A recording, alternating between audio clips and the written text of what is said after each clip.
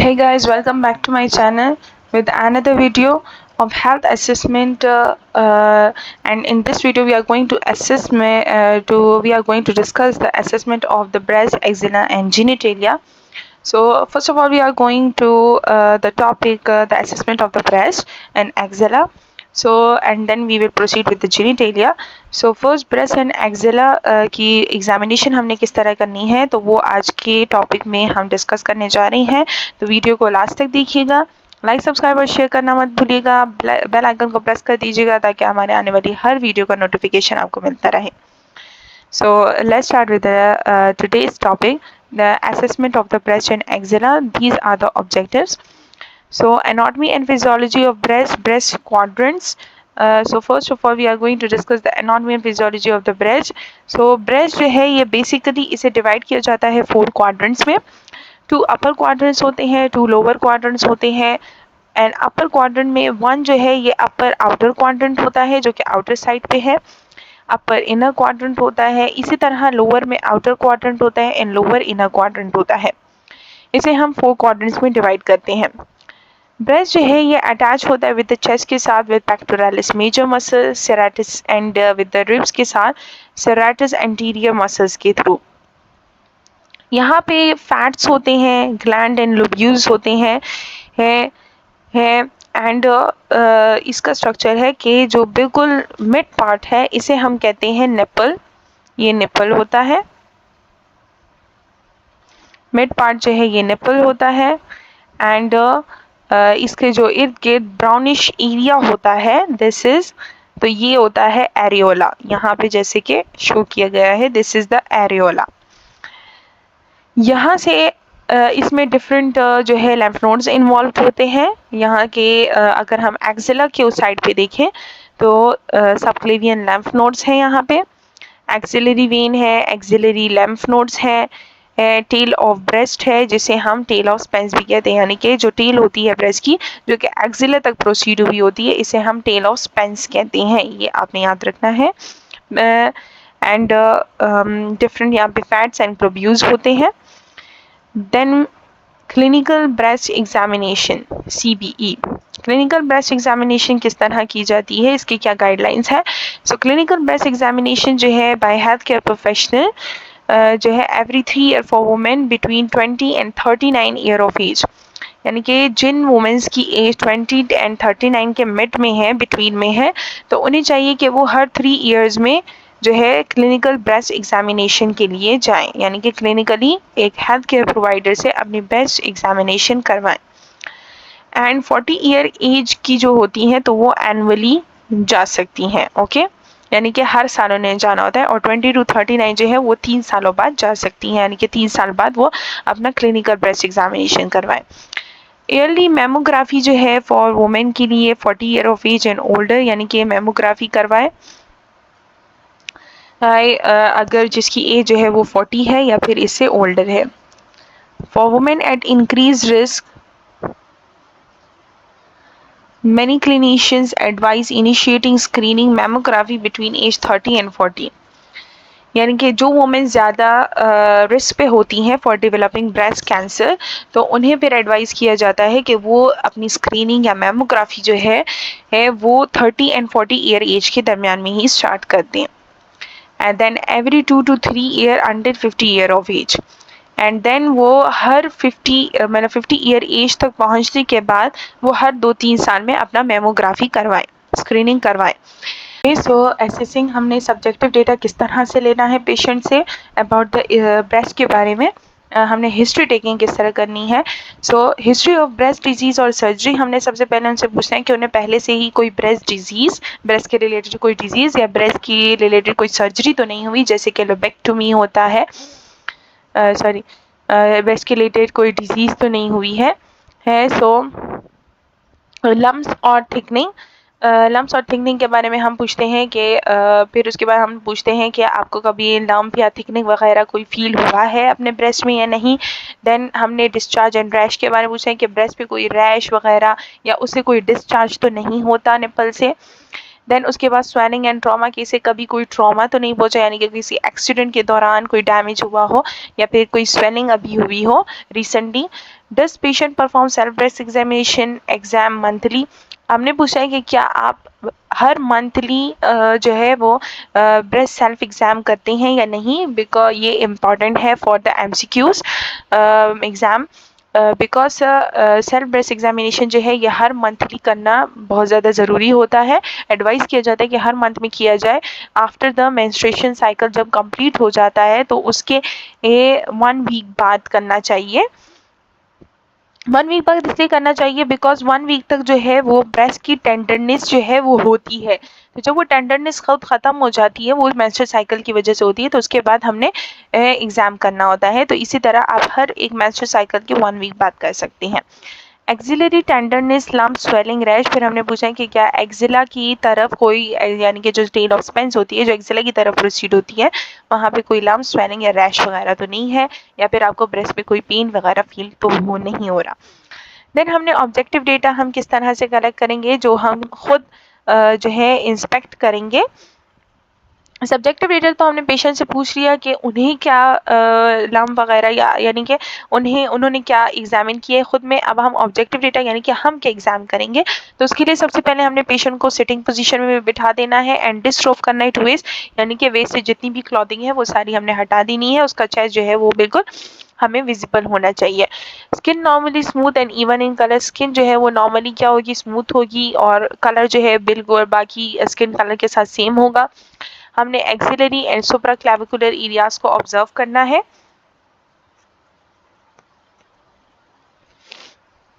For any bulging, discolouration और oedema के लिए एक्सिलरी और सुप्राक्लैविकुलर, ये सुप्राक्लैविकुलर हो गया, एक्सिलरी एरिया हो गया, तो इसको भी हमने एग्जामिन करना है साथ में कि यहाँ पे कोई बल्जिंग वगैरह या डिस्कलरेशन या एडेमा वगैरह तो नहीं है। निपल्स जो है ये सिमेट्री, हमने देखना है कि क्या निपल सिमेट्रिकल है, फ्लैट है या इन्वर्टेड है, या उससे कोई डिस्चार्ज या ब्लीडिंग वगैरह हो रही है। हमने नोट करना है सिमेट्री, साइज और शेप को। ओके कि जो है ब्रेस्ट का साइज क्या है, उसकी सिमेट्री क्या है, शेप क्या है, निपल का शेप क्या है। Then screening for retraction. Okay, so screening for retraction, screening हम किस तरह करेंगे फॉर रिट्रैक्शन के लिए। स्क्रीन फॉर रिट्रैक्शन, रिट्रैक्शन क्या होती है, रिट्रैक्शन जो है जब निपल जो है वो अंदर की तरफ जो है रिट्रैक्ट हो जाता है, यानी कि अंदर की तरफ चला जाता है। सो हमने किस तरह से इसको एसेस करना है। हमने पेशेंट को बोलना है कि lift arm slowly above head, both breast should up symmetrically. हमने पेशेंट को कहना है कि वो स्लोली अपने आर्म्स को अबव हेड के जो है वो ऊपर करे, लिफ्ट करे। दोनों ब्रेस्ट जो है वो सिमेट्रिकली ऊपर की तरफ मूव करेंगे। पुश करना है हैंड्स को इनटू हिप, हिप के दोनों साइड पे हैंड्स को पुश करें, तब भी हमें जो है रिट्रैक्शन नज़र आ सकती है। अगर है आर्म्स को साइड पे रखे तब भी नज़र आ सकता है। एंड लीन फॉरवर्ड यानी कि आगे की तरफ लीन हो जाए तब भी नज़र आ सकता है, जैसे कि है arm at side, arms over head, hand press against hips and lean forward. So ये वो जो मेथड्स है इससे हम स्क्रीनिंग कर सकते हैं for retraction. Inspect and palpate किस तरह करेंगे एक्सेला को, एक्सेला को इंस्पेक्ट एंड पल्पेट करने के लिए जब पेशेंट जो है वो सिटिंग पोजीशन में हो, lift and support the arms, तो पेशेंट मसल आ रही है तो हमने उसकी जो आर्म्स हैं तो उसे सपोर्ट करना है या लिफ्ट करना है सपोर्ट पे रखना है ताकि उसके जो मसल्स हैं वो रिलैक्स्ड रहे। Use the right hand to palpate left axilla, right hand हमने यूज़ करना है अपना लेफ्ट एक्सेला को पल्पेट करने के लिए, एंड राइट एक्सेला को पल्पेट करने के लिए लेफ्ट हैंड यूज़ करेंगे। ओके, ऑपोजिट है, ये इंपॉर्टेंट है याद रखना। डीज फिंगर्स हाई इनटू एक्सेला, एक्सेला के डीप डाउन हमने जाना है, हाईली शोल्डर की तरफ जाना है बिल्कुल एक्सेला को पल्पेट करने के लिए। Move fingers firmly down in 4 direction, हमने फिंगर्स को डाउनवर्ड मूव करना है फर्मली, यानी 4 डायरेक्शंस में हमने मूव करना है। डाउन द चेस्ट वॉल के downward, along the anterior and posterior border of axilla, axilla के anterior and posterior borders पे, and around the inner aspect of the arm, और arm के inner aspect पे। ये रहा, अगर हम यहाँ पे देखें है तो ये रहा, ये डाउन द चेस्ट वॉल हमने करना है, डीप विद इन एक्सेला जाना है, पोस्टीरियर और एंटीरियर साइड पे भी आना है। मूव करें आर्म को through range of motion to have access to area. हमने रेंज ऑफ मोशन देना है आर्म को ताकि हम इस एरिया तक एक्सेस हो सके, यानी कि जिस साइड पे हम ज़्यादा कंफर्टेबल हो उस साइड पे हमने पेशेंट का मूव करना है ताकि आसानी से इंस्पेक्ट किया जा सके। ब्रेस्ट पल्पेशन किस तरह होगी? Supine position with small pad pillow under side to be palpated. Supine position पे हमने पेशेंट को लिटा देना है सीधा। स्मॉल पैड या पिलो जो है उसके जिस ब्रेस्ट को हमने पल्पेट करना है उसके नीचे हमने रख देना है। Use pad of fingers and make gentle rotatory movement of breast. तो फिर हमने पैड्स ऑफ फिंगर यूज करने हैं और रोटेटरी मूवमेंट में हमने ब्रेस्ट को पल्पेट करना है। ये वाला इंपॉर्टेंट पॉइंट है कि पिलो हमने रखना है नीचे जिस ब्रेस्ट को हम वो एग्जामिन कर रहे हैं। Use pattern of concentric circles और लेटरल लाइक स्पोक ऑफ। फिर हमने सर्कल के तौर पे सर्कल के फॉर्म में भी हम मूव कर सकते हैं स्पोक ऑफ व्हील की तरह। और ऑल एरिया ऑफ ब्रेस्ट को हमने एग्जामिन करना है क्लॉकवाइज फैशन में। क्लॉकवाइज हमने जाना है, यानी कि इस तरह से हमने जाना है, यानी कि अगर ये ब्रेस्ट है तो हमने इस साइड पे इस तरह से मूव करना है, ऐसे ऐसे ऐसे हमने क्लॉकवाइज जाना है। Wake short to include tail of Spence. और हमने टेल ऑफ ब्रेस्ट के साथ टेल ऑफ स्पेंस जो होती है जो एक्सेटा तक गई होती है तो वो भी हमने पल्पेट करनी है। आर्म रेज ओवरहेड और आर्म जो है उसे हमने ओवरहेड रेज कर देना है। देन इसमें कौन कौन सी फाइंडिंग्स आ सकती हैं? तो अगर हम यहाँ पे देते हैं, सबसे पहले है कंसिस्टेंसी। हम देखेंगे कि कोई फिजियोलॉजिकल नोड्यूलैरिटी तो नहीं है, यहाँ पे कोई नोड्यूल या मास लंप वगैरह तो नहीं है।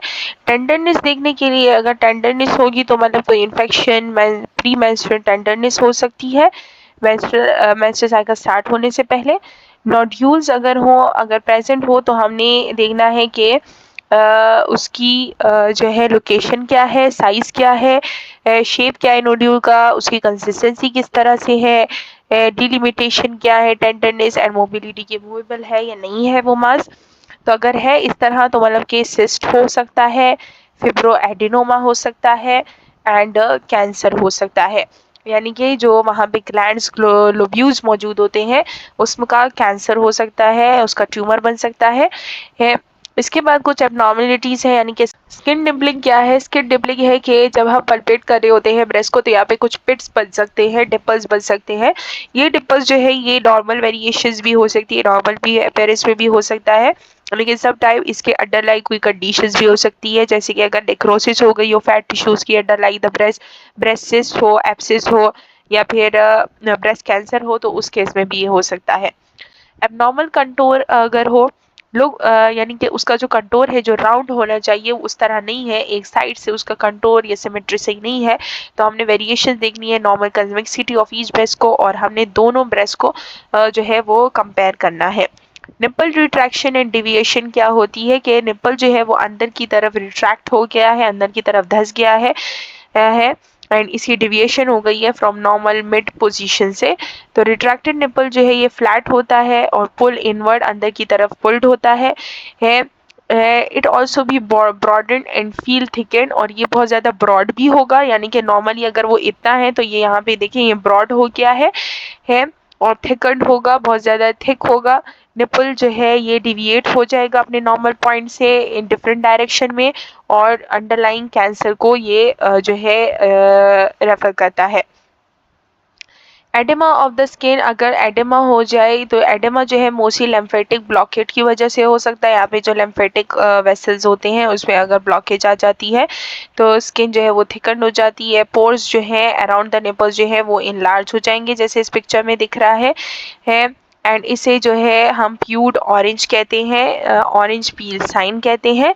एडेमा हो जाता है अंडरलाइन द स्किन, ये आपने याद रखना है इम्पोर्टेंटली। पैकेट्स डिजीज क्या है ऑफ निपल का मतलब ये होता है कि इसमें जो स्किन होती है यानी कि ये डर्माटाइटिस की एक टाइप है। Packet disease of the nipple uncommon form है ब्रेस्ट कैंसर की। ये आपने याद रखना है कि uncommon form of breast cancer क्या है? Packets disease of the nipple that usually start as scaly eczema like lesion। यहाँ पे स्किन पे जो है स्केली eczema like lesions हो जाते हैं। द स्किन में भी ऑल्सो वीप क्रस्ट और इरोड, यानी कि यहाँ पे क्रस्ट फॉर्मेशन हो जाती है। ये एक जो है स्किन एलर्जी सी होती है। ब्रेस्ट मास में भी प्रेजेंट, ब्रेस्ट मास भी प्रेजेंट होगा अंदर। Suspect Paget disease in any persisting dermatitis of the nipple and areola, nipple और एरियोला दोनों के उसमें जो है वो इरोजन होगी, डर्माटाइटिस होगा। So this is a Paget disease, uncommon form है कैंसर की। फिर है बाई मैनुअल ब्रेस्ट पल्पेशन किस तरह होती है। बाई मैनुअल यानी कि दोनों हाथों से हम किस तरह करेंगे, तो ये हम उस केस में करते हैं जब पेंडुलस ब्रेस्ट होते हैं, यानी कि बहुत ज़्यादा इनलार्ज ब्रेस्ट हो और वो हैंगिंग कंडीशन में हो, तब हम बाई मैनुअल ब्रेस्ट पल्पेशन करते हैं। पेशेंट को हमने सिटिंग पोजीशन में या फिर लीनिंग फॉरवर्ड पोजीशन में, आगे की तरफ झुक जाना, इस पोजीशन में हम बिठा सकते हैं। सपोर्ट करना है हमने inferior part of the breast को विद वन हैंड, एक हैंड से हमने उसका इंफीरियर पार्ट जो है ब्रेस्ट का वो सपोर्ट कर लेना है और दूसरे हैंड्स में फिर हमने पल्पेट करना स्टार्ट कर देना है। एग्जामिनेशन ऑफ निपल्स, हम किस तरह निपल की ब्रेस्ट के साथ साथ हमने निपल की, एरियोला की, इसकी एग्जामिनेशन भी करनी है।